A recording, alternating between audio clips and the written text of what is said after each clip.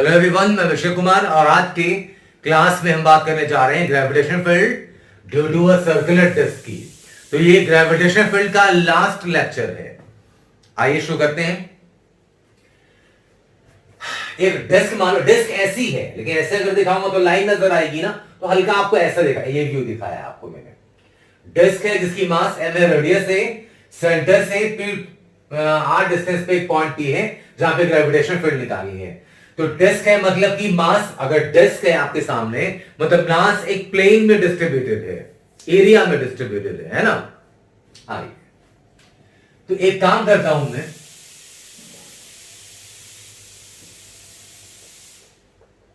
एक ring consider करता हूं मैं यहां पे एक्स रेडियस की, और रिंग की थिकनेस मान लेता हूं। थिकनेस में इसलिए मान रहा हूं क्योंकि मास जो है यहां पे वो एरिया में डिस्ट्रीब्यूटेड है। तो रिंग की एरिया निकालने के लिए ये मान लिया कि इसकी जो थिकनेस है वो है dx। ये जो थिकनेस है यहां से यहां तक, ये dx नजर नहीं आ रहा तो जूम करके आप देखना। ये x रेडियस की रिंग मान ली जिसकी थिकनेस है dx। अब ये दूरी, ये पॉइंट P आपका जहां पे फील्ड निकालनी है, ये दूरी मान लो ये है z। तो z इज इक्वल टू क्या आ जाएगा, under root of r square plus X square, और ये एंगल मान ले अल्फा। रिंग की मास, एरिया ऑफ रिंग कितनी होगी पहले पता। रिंग ऐसी है ना, ये मैं अगला दिखाऊं तो ये ऐसा है कुछ। रिंग की रेडियस x और रिंग की ये जो थिकनेस है ये है dx। तो रिंग काट के अगर मान लो जिसको मैं ऐसे काट दूं, फैला के रख दूं अगर, तो कुछ ऐसा मिलेगा आपको। तो सर्कमफेरेंस कितनी हो जाएगी, 2πr मतलब 2πx,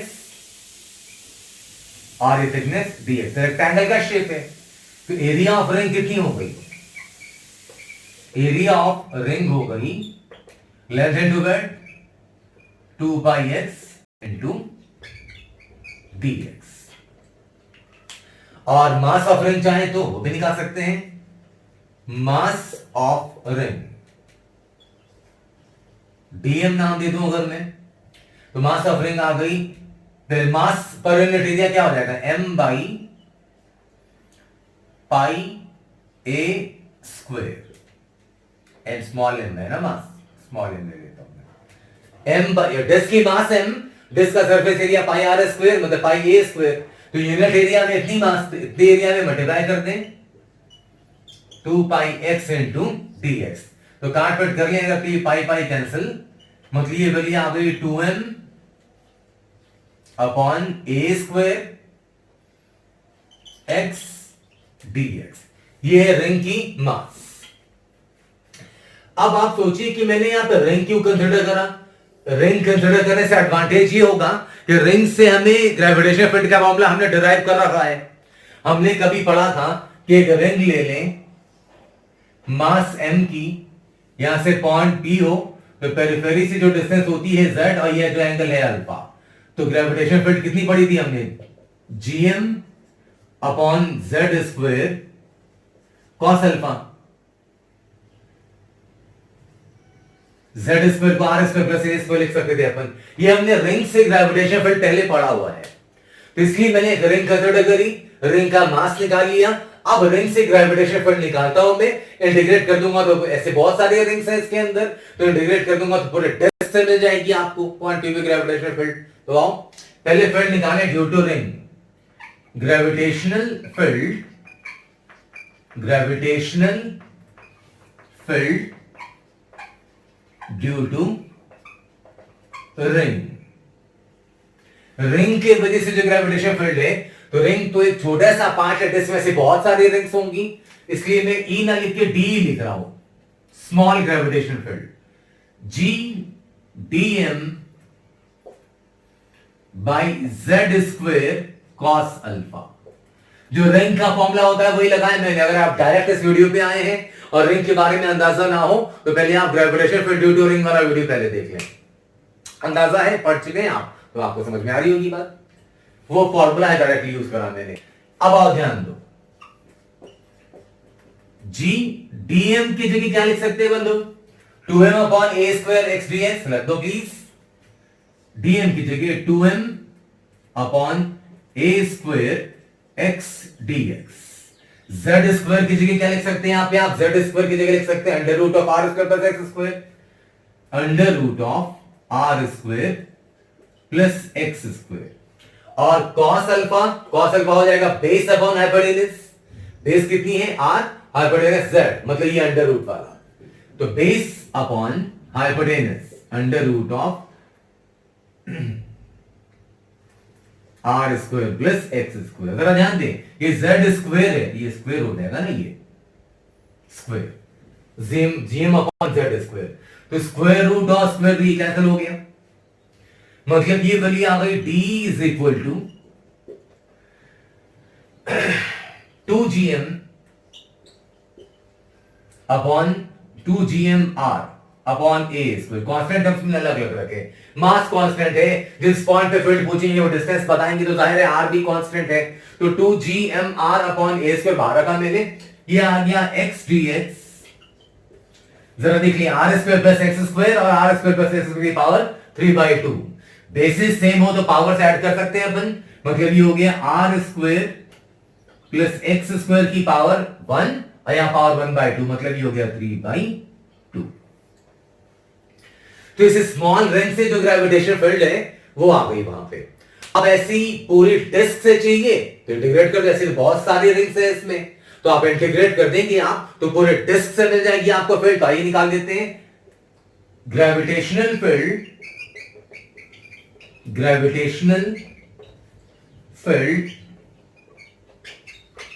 due to disc. Disc से ग्रेविटेशनल फील्ड चाहिए तो रिंग वाली ग्रेविटेशनल फील्ड को आप यहां से इंटीग्रेट कर दें। E is equal to integration of D। अब मेरे पास जगह नहीं है तो मुझे मिटाना पड़ेगा, आप वीडियो पॉज करके चीजें नोट कर सकते हैं। आइए देखते हैं। अब फिजिक्स की कहानी खत्म हो गई, अब मैथ्स है इसके अंदर।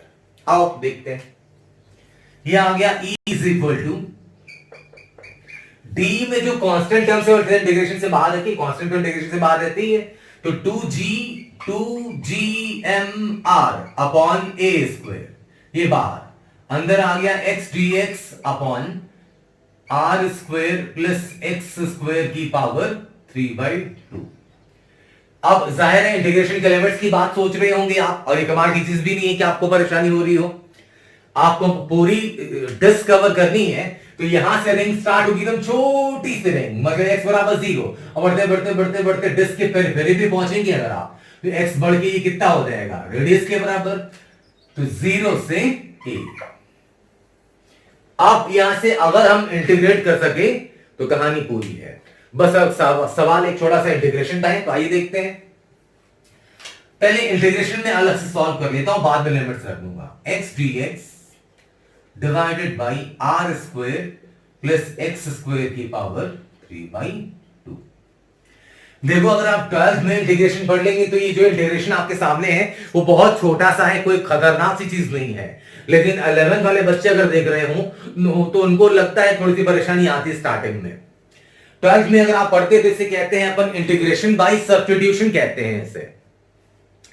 फंडा ये होता है बेसिकली, और ये फॉर्मेट बहुत बार नजर आएगा आपको कि पूरे इंटीग्रेशन के अंदर अगर किसी वेरिएबल का डिफरेंशिएशन, ध्यान से समझना क्या बोल रहा हूं मैं, अगर पूरे इंटीग्रेशन में वेरिएबल का डिफरेंशिएशन वहीं पर मौजूद है तो अपन उसे कुछ सब्स्टिट्यूट करते हैं। जैसे देखो आप R square plus x square को अगर आप डिफरेंशिएट करेंगे तो आर स्क्वायर, आर तो कांस्टेंट है, डिस्टेंस तो बताएंगे ना, तो ये तो खैर 0 हो जाएगा। एक्स स्क्वायर का डिफरेंशिएशन क्या होगा 2x। इतनी की बात कर रहा हूं, पावर छोड़ो, अभी पावर की बात नहीं कर रहा, इतनी की बात कर रहा हूं, ब्रैकेट के अंदर जो है इसको डिफरेंशिएट करोगे तो आर स्क्वायर का 0 और एक्स स्क्वायर का 2x। देखो x तो है ना यहाँ पे, 2 तो मल्टीप्लाई डिवाइड कर सकते हैं अपन, इसलिए प्रॉपर्टी सब्स्टिट्यूशन में सिखाते हैं, 12th में सीखोगे आप कि अगर इंटीग्रेशन के अंदर किसी फंक्शन का डिफरेंशिएशन वहीं पे मौजूद है तो उस फंक्शन को कुछ मान लें, कुछ सब्स्टिट्यूट कर दें आप, ये है प्रॉपर्टी। फिर से बोल रहा हूं मैं कि अगर इंटीग्रेशन के अंदर किसी फंक्शन का डिफरेंशिएशन वही मौजूद है तो उस फंक्शन कुछ मान ले। जैसे मैं R square plus x square को मान लेता हूं, टी भी मान सकता हूं, मैं टी स्क्वायर मान लेता हूं, थोड़ा आसानी होगी सॉल्व कर रहे हैं इससे। टी भी मान के बना सकते, जरूरी नहीं कि टी स्क्वायर क्यों मान लिया सर, टी क्यों नहीं मान, टी मान के बना लो, एक ही बात है। स्क्वायर मानूंगा तो पावर पावर काटने में आसानी हो जाएगी। अब जरा ध्यान दो, डिफरेंशिएट करो दोनों तरफ, आर या आर तो खैर कांस्टेंट है, एक्स या टी आपकी मर्जी। एक्स के रेस्पेक्ट में करोगे अगर आर स्क्वायर का 0, एक्स स्क्वायर का 2x, टी स्क्वायर का 2t, और अगर एक्स के रेस्पेक्ट में कर रहे हैं तो dt अपॉन dx हो जाएगा। ये 2 करेगा या से वही आगे dx अगर भेज दें तो x dx is equal to t dt। अब इंटीग्रेशन देखो आप, इंटीग्रेशन है x dx by are square plus x square की पावर 3/2, ये है इंटीग्रेशन। x dx की जगह क्या लिख सकते हैं अपन, t dt divided by are square plus x square को क्या माना अपन ने उधर, टी स्क्वायर माना है, तो टी स्क्वायर की पावर 3/2, टी स्क्वायर की पावर 3/2, तो 2 कैंसिल, ऊपर टी है नीचे टी क्यूब है, तो आ गया dt upon T square, dt upon T square 1 upon T square का इंटीग्रेशन माइनस 1 अपॉन टी, और are square plus x square अगर टी स्क्वायर है तो टी आ जाएगा अंडर रूट, मतलब ये आ गया -1 by under root of are square plus x square. देख लें भाई, -1 बाई अंडर रूट, ये टी स्क्वायर की जगह ये तो टी अंडर रूट आ जाएगा, लिखा मैंने यहां पे। इंटीग्रेट करने के बाद वैल्यू यहां से हमारे पास है, इस पूरे इंटीग्रेशन की जो पूरा इंटीग्रेशन है इसकी वैल्यू आ गई वहां से। हेंस अपने पास ग्रेविटेशनल फील्ड है वहां पर, ये 2gmr by a square integration x dx by are square plus x square की पावर 3/2, लिमिट है 0 से a। ये है अपने पास। इस इंटीग्रेशन को हमने अलग से सॉल्व कर लिया, इसे हमने सब्स्टिट्यूट करके सॉल्व करा है, यहां से वैल्यू आ गई तो रख दो, तो ग्रेविटेशनल फील्ड आ गई 2gmr बाई ए स्क्वायर, यह आ गया -1 by under root of are square plus x square, limit है 0 से a। अब आप चाहें तो लिमिट रख दें, E इज इक्वल टू आ गया 2gmr बाई ए स्क्वायर, संभालना बस मैं सब्स्टिट्यूट करके लिमिट रख रहा हूं, परेशानी नहीं आनी चाहिए इसमें। a रखेंगे अगर x की जगह तो आ जाएगा -1 by under root of are square plus a square, ये, और फिर माइनस साइन देके लोअर लिमिट 0 रखेंगे तो यहां माइनस ऑलरेडी है, मतलब ये हो जाएगा प्लस। और ध्यान से देखना जरा, x अगर 0 रखोगे आप, अगर यहां पे x 0 रखेंगे तो ये तो गया, बचेगा under root of are square, मतलब कि सिर्फ r, ये आ गई वैल्यू। r को अगर अंदर भेज दें, E इज इक्वल टू आ गया 2gm बाई ए स्क्वायर, थोड़ा सा रीअरेंज करके लिख रहा हूं मैं, पॉजिटिव वाला पहले लिख दे रहा हूं, ध्यान देना। r अंदर भेजोगे तो r बाई r कट जाएगा, तो बच जाएगा 1 minus r by under root of are square plus a square. ये है ग्रेविटेशनल फील्ड का फॉर्मूला सर्कुलर डिस्क की वजह से। ये थोड़ा सा और मॉडिफाई कर सकते हैं आप अगर चाहें तो, जैसे कि देखो मैं इसका अलग डायग्राम बना के बताता हूं आपको, ध्यान देना। रिजल्ट फाइनल आ गया, थोड़ा सिंप्लीफाई कर, आप चाहे तो वीडियो पॉज करके ये नोट कर लें। उस स्टेप के बाद मैं यहां लिख रहा हूं, ध्यान देना। ये डायग्राम तो आपने सब नोट कर ही लिया, उसको मिटा रहा हूं मैं। ध्यान दीजिए, ऐसी है डिस्क आपकी ये, और इसके सेंटर से r दूरी पर है पॉइंट P, डिस्क की रेडियस जो है वो है a, है ना। तो पॉइंट P पे ग्रेविटेशनल फील्ड मिली है आपकी 2gm by a square 1 minus r by under root of r square plus a square. No doubt correct है फॉर्मूला जो लेकर आ गए। अब मैं मॉडिफाई कर रहा हूं थोड़ा सा, जो किताबों में शायद मिल सकता है आपको, तो जरा आप वो भी देख लो। डिस्क के पेरिफेरी से सब पॉइंट P को अगर डिस्क के पेरिफेरी से जोड़ेंगे तो ये डिस्टेंस सब जगह बराबर ही आएगी। कुछ ऐसा है ना मामला, मतलब ये ऐसा कोई डिस्क है आपका, ये व्यू दो, टॉप व्यू देखो आप, और यहां से ये पॉइंट है आपका, तो इस पॉइंट की दूरी यहां से ले, यहां से ले, यहां से ले, नीचे कहीं से भी लोगे पेरिफेरी से, तो दूरी तो फिक्स ही है।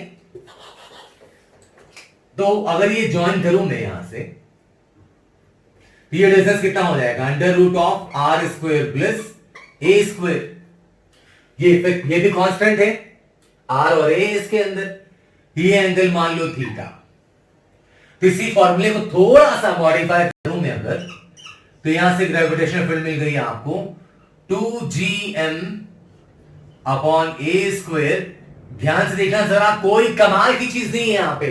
कॉस थीटा अगर निकालोगे इस वाले ट्रायंगल में, तो कॉस थीटा क्या होगा, बेस अपॉन हाइपोटेन्यूज, बेस है यार आर, मतलब ये बेस अपॉन हाइपोटेन्यूज से आप चाहे तो लिख सकते हैं कॉस थीटा।